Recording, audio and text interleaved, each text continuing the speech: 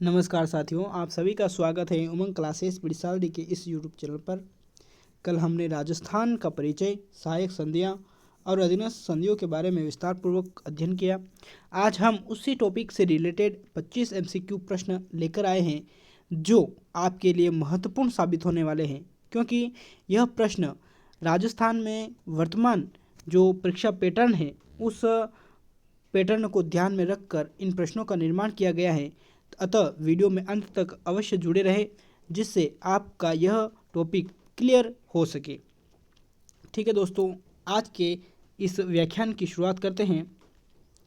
सबसे पहला प्रश्न है हमारा, इसमें ये जो प्रश्न है इनका क्रमांक थोड़ा आगे पीछे है, इसका आप इतना गौर मत कीजिएगा। आप प्रश्न की परिभाषा समझने की कोशिश करिएगा। ठीक है, सबसे पहला प्रश्न है, अंग्रेजों की प्रशासनिक व्यवस्था के बारे में कौन सा तथ्य सत्य है? 1818 ईस्वी में रेजिडेंटल फॉर राजपूताना का मुख्यालय अजमेर में था। 1832 ईस्वी में लॉर्ड विलियम बेंटिक ने अजमेर दरबार लगाया था। प्रथम एजीजी का मुख्यालय अस्थायी रूप से केवल माउंट आबू में ही था। डेविड ऑक्टरलोनी राजस्थान के प्रथम एजेंट टू गवर्नर जनरल यानी कि एजीजी थे। तो इसमें से आपका सही ऑप्शन होगा ऑप्शन नंबर 2, ऑप्शन नंबर 2। ठीक है, यानी कि 1832 ईस्वी में विलियम बेंटिंग ने अजमेर में दरबार लगाया था। बाकी तीनों ऑप्शन गलत होंगे। आगे बढ़ते हैं हम। दूसरा प्रश्न है, जॉर्ज थॉमस के संदर्भ में निम्नलिखित कथनों पर विचार कीजिए। इन्हें जॉर्ज फिरंगी के नाम से भी पुकारा जाता था। इनकी जीवनी विलियम फ्रैंकलिन ने वर्ष 1805 में लिखी। कौन से कथन सत्य हैं? केवल एक, केवल दो, केवल एक और दो, न तो एक नहीं दो। इन सभी विकल्पों में से कौन सा विकल्प सत्य है? बताइए दोस्तों। ऊपर लिखित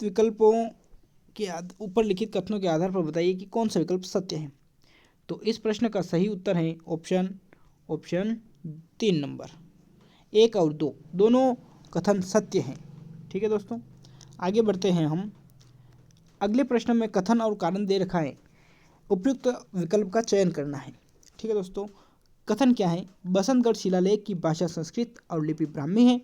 कारण, यह शिलालेख सिरोही के खिमिल माता मंदिर से प्राप्त 625 ईस्वी का अभिलेख है। विकल्प ए और आर दोनों सही हैं और आर ए की सही व्याख्या करता है। ए और आर दोनों सही हैं, परंतु आर ए की सही व्याख्या नहीं करता है। ए सही है परंतु आर गलत है। ए गलत है परंतु आर सही है। बताओ दोस्तों, चारों विकल्पों में से कौन सा विकल्प सत्य होगा? तो इन चारों विकल्पों में से विकल्प नंबर 2 हमारा सत्य होगा। ठीक है, ए और आर दोनों सही हैं, परंतु आर ए की सही व्याख्या नहीं करता है। अगले प्रश्न पे चलते हैं। अगला प्रश्न है, लॉर्ड हेस्टिंग्स की अधीनस्थ पृथक्करण की नीति के तहत की गई संधियों के विशेष नियमों के संदर्भ में निम्नलिखित कथनों पर विचार कीजिए। कोटा रियासत के साथ हुई पूरक अतिरिक्त संधि के तहत शासन की वास्तविक शक्तियां वहां के दीवान के पास सुरक्षित की गई। इस नीति के तहत राजपूताना की सभी रियासतों को अनिवार्य रूप से ब्रिटिश सरकार को खिराज वार्षिक कर देना तय हुआ। बीकानेर, जैसलमेर और किशनगढ़ जैसी रियासतों को इस व्यवस्था में खिराज यानी कि टैक्स से पूरी तरह मुक्त रखा गया। उपरोक्त में से कौन सा कथन सत्य है? केवल 1 और 2, केवल 2 और 3, केवल 3 और 1 और 3, केवल 1, 2, 3 सभी। बताइए दोस्तों, कौन सा विकल्प सत्य होगा? तो आपका विकल्प नंबर 3 सत्य होगा। 1 और 3 दोनों सत्य हैं, जबकि दूसरा जो कथन है वह गलत है। आगे बढ़ते हैं दोस्तों। जॉर्ज थॉमस की मृत्यु के बाद वर्ष 1805 में प्रकाशित उनकी प्रसिद्ध जीवनी military memories of George Thomas के लेखक कौन थे? Colonel James Tod, William Franklin, lord Wellesley, John Malcolm. कौन थे दोस्तों? तो इसके लेखक हैं विलियम फ्रैंकलिन। ठीक है, ऑप्शन नंबर 2 सत्य होगा। आगे बढ़ते हैं दोस्तों। अंग्रेजों द्वारा स्थापित की गई नवीन रियासतों के संदर्भ में निम्नलिखित में से कौन सा तथ्य सही नहीं है? सही नहीं है बताना है। ठीक है दोस्तों, अंग्रेजों द्वारा स्थापित की गई रियासतों में धौलपुर, टोंक और झालावाड़ रियासतें शामिल थीं। टोंक रियासत की स्थापना 1817 ईस्वी में हुई थी, जो राजपूताना की एकमात्र मुस्लिम रियासत थी। झालावाड़ रियासत 1838 ईस्वी में राजपूताना की सबसे प्राचीन रियासत मानी जाती है। धौलपुर रियासत की स्थापना 1804 ईस्वी में हुई थी। संधि के समय वहाँ का शासक कीरत सिंह थे। तो इनमें से कौन सा विकल्प या तथ्य सही नहीं है? तो इसका सही ऑप्शन है ऑप्शन नंबर 3। झालावाड़ रियासत की स्थापना 1838 में तो हुई, लेकिन यह राजपूताना की सबसे प्राचीन रियासत नहीं मानी जाती। यह सबसे नवीन तथा अंतिम रियासत मानी जाती है। ठीक है दोस्तों, आगे बढ़ते हैं। कर्नल जेम्स टोड की इंग्लैंड यात्रा और ऐतिहासिक अभिलेखों के संबंध में कौन सा कथन पूर्णतः सत्य है? कर्नल टोड अपने साथ बसंतगढ़ शिलालेख लेकर इंग्लैंड जा रहे थे। कर्नल टोड ने अत्यधिक वजन के कारण मानसरोवर या मानमोरी अभिलेख को समुद्र में फेंक दिया। मानसरोवर अभिलेख 713 ईस्वी का है, जो चित्तौड़ के गुहिल शासक मान का अभिलेख था। कर्नल टोड ने समुद्र में फेंके गए अभिलेख की भाषा को ब्राह्मी बताया।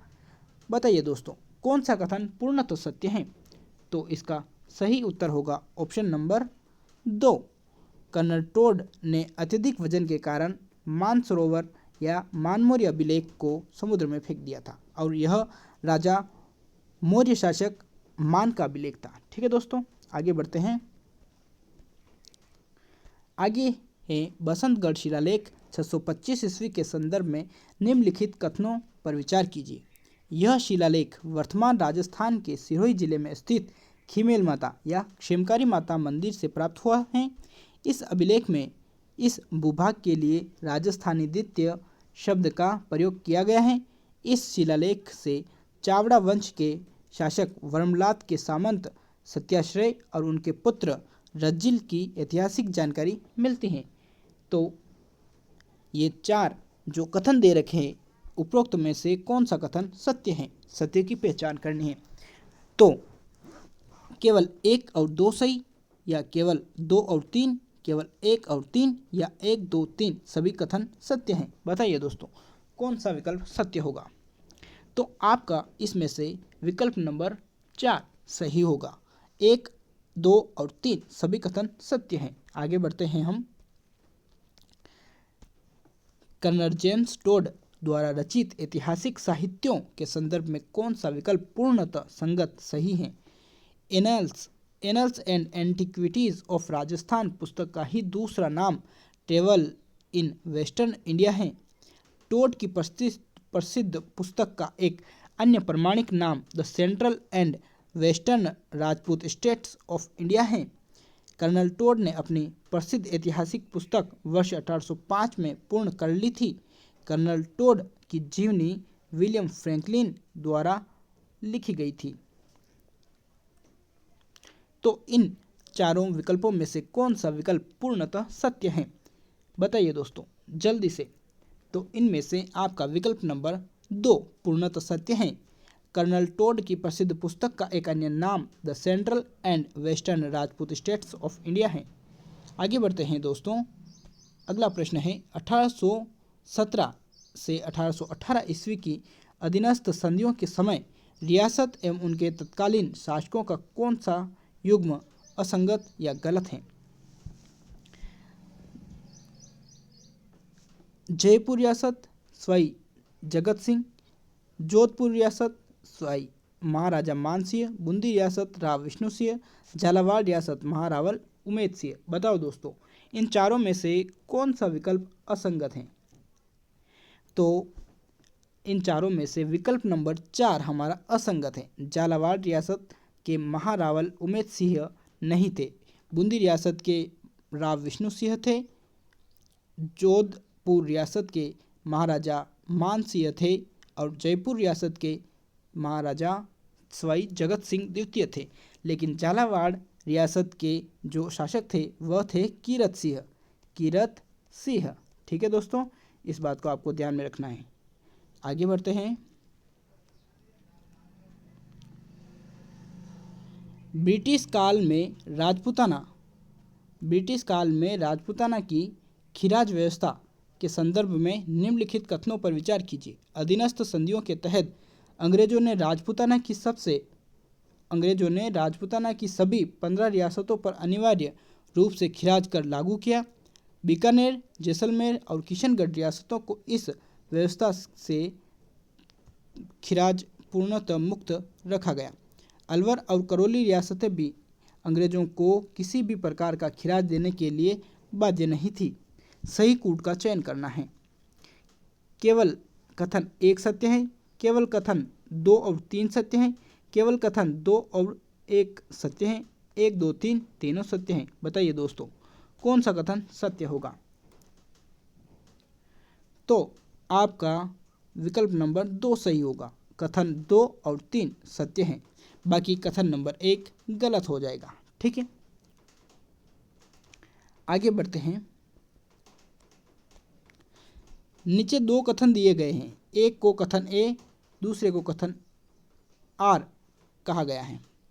कथन ए, 1803 ईस्वी में जयपुर और जोधपुर रियासतों द्वारा अंग्रेजों के साथ की गई सहायक संधियां अस्थायी सिद्ध नहीं हो सकी, कारण इन दोनों रियासतों के साथ हुई संधियों को बाद में अंग्रेजों ने अपनी अहस्तक्षेप की नीति और स्वार्थी शर्तों के कारण एक तरफा तरीके से निरस्त कर दिया।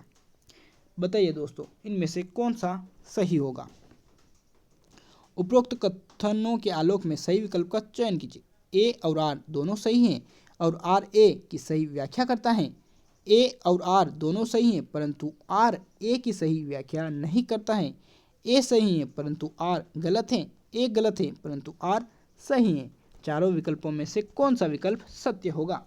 तो इन चारों विकल्पों में से विकल्प नंबर 1 हमारा सत्य होगा। ए और आर दोनों सही हैं और आर ए की सही व्याख्या भी करता है।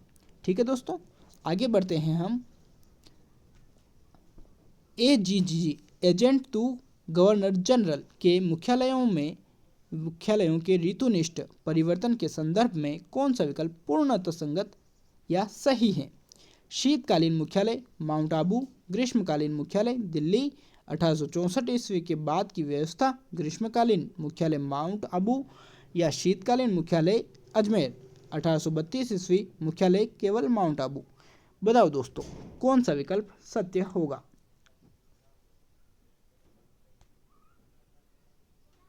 तो विकल्प नंबर 3 हमारा सत्य होगा। 1864 ईस्वी के बाद में यह व्यवस्था की गई कि ग्रीष्मकाल में मुख्यालय आबू में होगा और शीतकाल में मुख्यालय अजमेर में होगा। ठीक है दोस्तों, आगे बढ़ते हैं। ब्रिटिश प्रशासनिक व्यवस्था और संधियों के नियमों के संबंध में कौन सा युग्म असंगत है यानी कि गलत है। जॉर्ज थॉमस का आक्रमण जयपुर, बीकानेर, उदयपुर रियासतों पर किया गया। खिराज मुक्त रियासतें बीकानेर, जैसलमेर, अलवर, करौली तथा किशनगढ़ को खिराज मुक्त रखा गया। अधीनस्थ संधियों के समय गवर्नर जनरल लॉर्ड वेलेजली 1817 से 1818 ईस्वी थे। अधीनस्थ संधियों में गवर्नर जनरल का प्रतिनिधि चार्ल्स मेडकॉफ तथा जॉन मेलकम वागड़ के लिए थे। बताइए दोस्तों इनमें से कौन सा विकल्प सत्य होगा।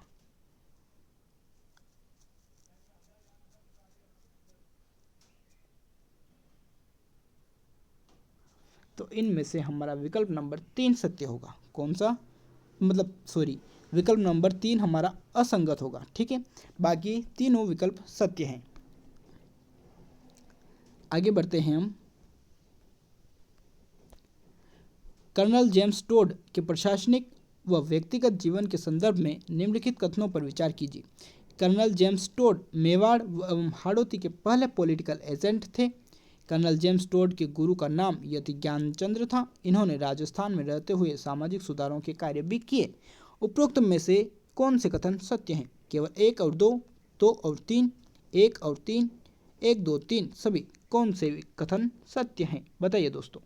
तो आपका सही उत्तर हो जाएगा ऑप्शन नंबर 4 यानी कि 1, 2, 3 तीनों कथन सत्य हैं। आगे बढ़ते हैं। नीचे 2 कथन दिए गए हैं, एक को कथन ए और दूसरे को कारण आर कहा गया है। कथन ए, 26 जनवरी 1950 को इस प्रदेश का नाम कानूनी रूप से राजस्थान स्वीकार कर लिया गया। कारण, राजस्थान एकीकरण के छठे चरण में सर्वसम्मति से इस भूभाग का नाम राजस्थान रखा गया। उपरोक्त कथनों के आलोक में सही विकल्प का चुनाव कीजिए। कथन ए और आर दोनों सही हैं और आर ए की सही व्याख्या करता है। ए और आर दोनों सही हैं परंतु आर ए की सही व्याख्या नहीं करता है। ए सही है परंतु आर गलत है। ए गलत है परंतु आर सही है। बताइए दोस्तों कौन सा विकल्प सत्य होगा? तो हमारा विकल्प नंबर 1 सत्य होगा। ठीक है, ए और आर दोनों सही हैं, आर ए की सही व्याख्या भी करता है। आगे बढ़ते हैं। कर्नल जेम्स टोड और ऐतिहासिक अभिलेखों के संदर्भ में कौन सा विकल्प पूर्णतः संगत यानी कि सही है? कर्नल टोड ने इंग्लैंड लौटते समय बसंत शिलालेख को समुद्र में फेंक दिया। बसंतगढ़ शिलालेख को समुद्र में फेंक दिया। मानसरोवर अभिलेख 713 ईस्वी का है जो चित्तौड़ के मौर्य शासक मानभंग से संबंधित था।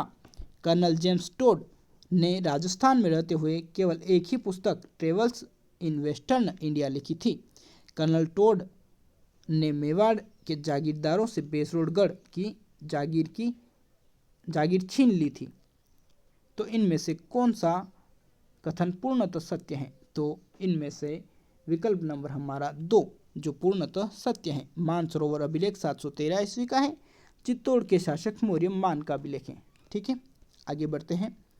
ऐतिहासिक संधियों और शासकों के संबंध में कौन सा कथन असंगत है यानी कि सही नहीं है? ठीक है, जयपुर रियासत सहायक संधि 12 दिसंबर 1803 को बाद में निरस्त किया गया। जोधपुर रियासत सहायक संधि 22 दिसंबर 1803 जिसे बाद में निरस्त किया गया। अलवर रियासत रक्षात्मक संधि अंग्रेजों के साथ रक्षात्मक एवं आक्रामक संधि। कोटा रियासत पूरक संधि, संधि के तहत कोटा के दीवान का पद गैर वंशानुगत किया गया।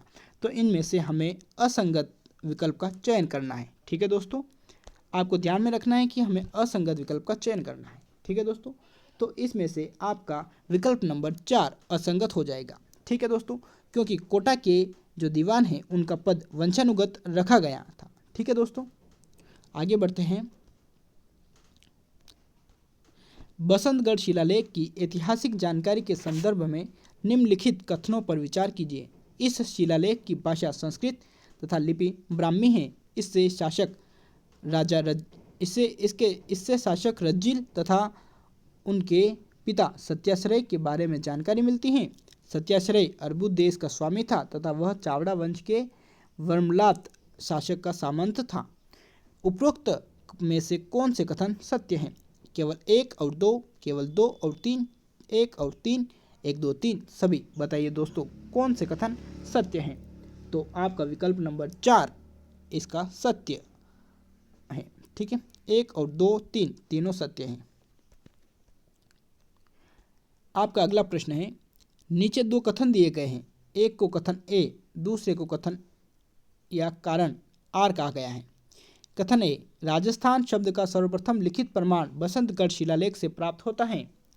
कारण, सिरोही में स्थित खीमेल माता या क्षेमकारी माता मंदिर से इस 625 ईस्वी के इस अभिलेख में राजस्थानी द्वितीय शब्द का वर्णन है। उपरोक्त कथनों के आलोक में सही विकल्प का चुनाव कीजिए। ए और आर दोनों सही हैं, आर ए की सही व्याख्या करता है। ए और आर दोनों सही हैं परंतु आर ए की सही व्याख्या नहीं करता है। ए सही है परंतु आर गलत है। ए गलत है परंतु आर सही है। बताइए दोस्तों कौन सा विकल्प सही होगा? तो इसका विकल्प नंबर 1 सही होगा। ए और आर दोनों सही हैं, आर ए की सही व्याख्या भी करता है। ठीक है दोस्तों, अगला प्रश्न है हमारा, अंग्रेजों की प्रशासनिक व्यवस्था के संदर्भ में निम्नलिखित में से कौन सा विकल्प संगत यानी कि सही है? रेजिडेंट फॉर राजपूताना पद का सृजन 1818 ईस्वी में किया गया जिसका मुख्यालय अजमेर में बनाया गया। राजस्थान में एकमात्र resident for Rajputana mister Abraham Lockett थे। Agent to governor general AGG का पद सृजन 1832 ईस्वी में लॉर्ड विलियम बेंटिक द्वारा किया गया। एजीजी का ग्रीष्मकालीन मुख्यालय 1845 ईस्वी से अस्थायी रूप से दिल्ली स्थानांतरित कर दिया गया। तो कौन सा विकल्प पूर्णतः सत्य है, बताइए दोस्तों। तो इनमें से विकल्प नंबर 3 हमारा पूर्णतः सत्य है। ठीक है दोस्तों, एजेंट टू गवर्नर जनरल पद का सृजन 1832 ईस्वी में लॉर्ड विलियम बेंटिंग द्वारा अजमेर दरबार लगा के किया गया था। ठीक है दोस्तों, आगे बढ़ते हैं हम। अंग्रेजों द्वारा स्थापित राजस्थान की रियासतों और संधियों के संबंध में कौन सा युग्म असंगत यानी कि गलत है। ठीक है दोस्तों, गलत युग्म का चयन करना है। टोंक रियासत स्थापना 1817, एकमात्र मुस्लिम रियासत, शासक अमीर खां पिंडारी। झालावाड़ रियासत स्थापना 1838 ईस्वी, सबसे नवीन व सबसे अंतिम रियासत, शासक मदन सिंह। सॉरी दोस्तों, पहले मैंने झालावाड़ का जो शासक है वो शासक कीरत सिंह को बताया था। ठीक है, वो गलत है। इस बात को आपको ध्यान में रखना है कि जो झालावाड़ है ना वो अंतिम रियासत और सबसे नवीन रियासत थी और यहाँ के शासक झाला मदन सिंह थे। ठीक है, सिरोही रियासत अंग्रेजों से अधीनस्थ संधि करने वाली राजस्थान की प्रथम रियासत 1823 ईस्वी है। धौलपुर रियासत स्थापना 1804 ईस्वी, शासक कीरत सिंह। हाँ, धौलपुर रियासत ये आ गया ना, धौलपुर रियासत के शासक कीरत सिंह। ठीक है, वो दिमाग में कन्फ्यूजन हो गया था। तो इन विकल्पों में से कौन सा विकल्प असंगत है।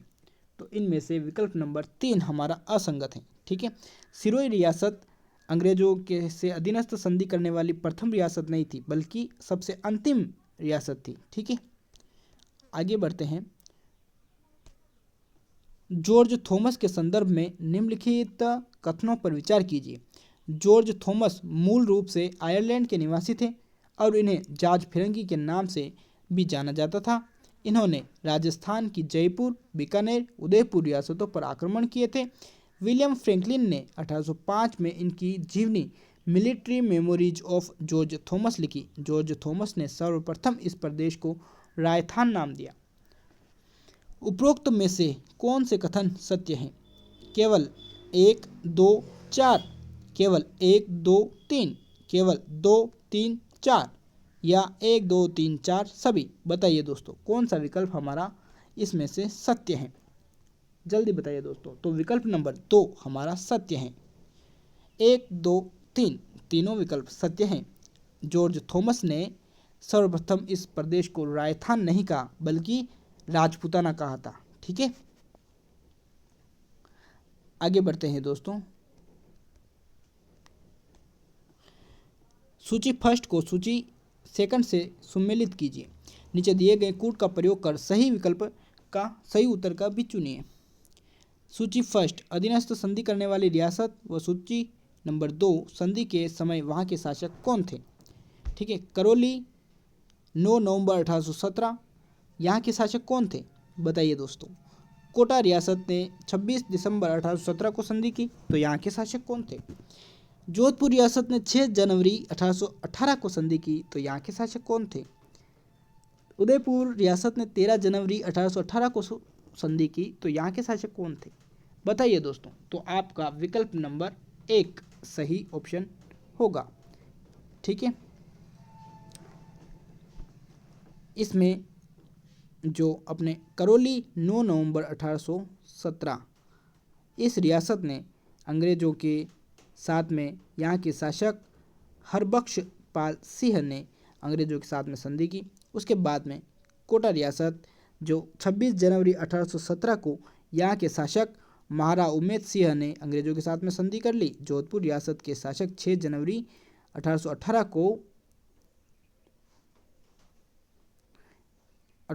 को मान सिंह ने यहाँ के शासक ने अंग्रेजों के साथ में संधि की। और उसके बाद में उदयपुर रियासत के शासक हम जानते ही हैं महाराणा भीम सिंह ने अंग्रेजों के साथ में संधि कर ली। ठीक है दोस्तों, आगे बढ़ते हैं।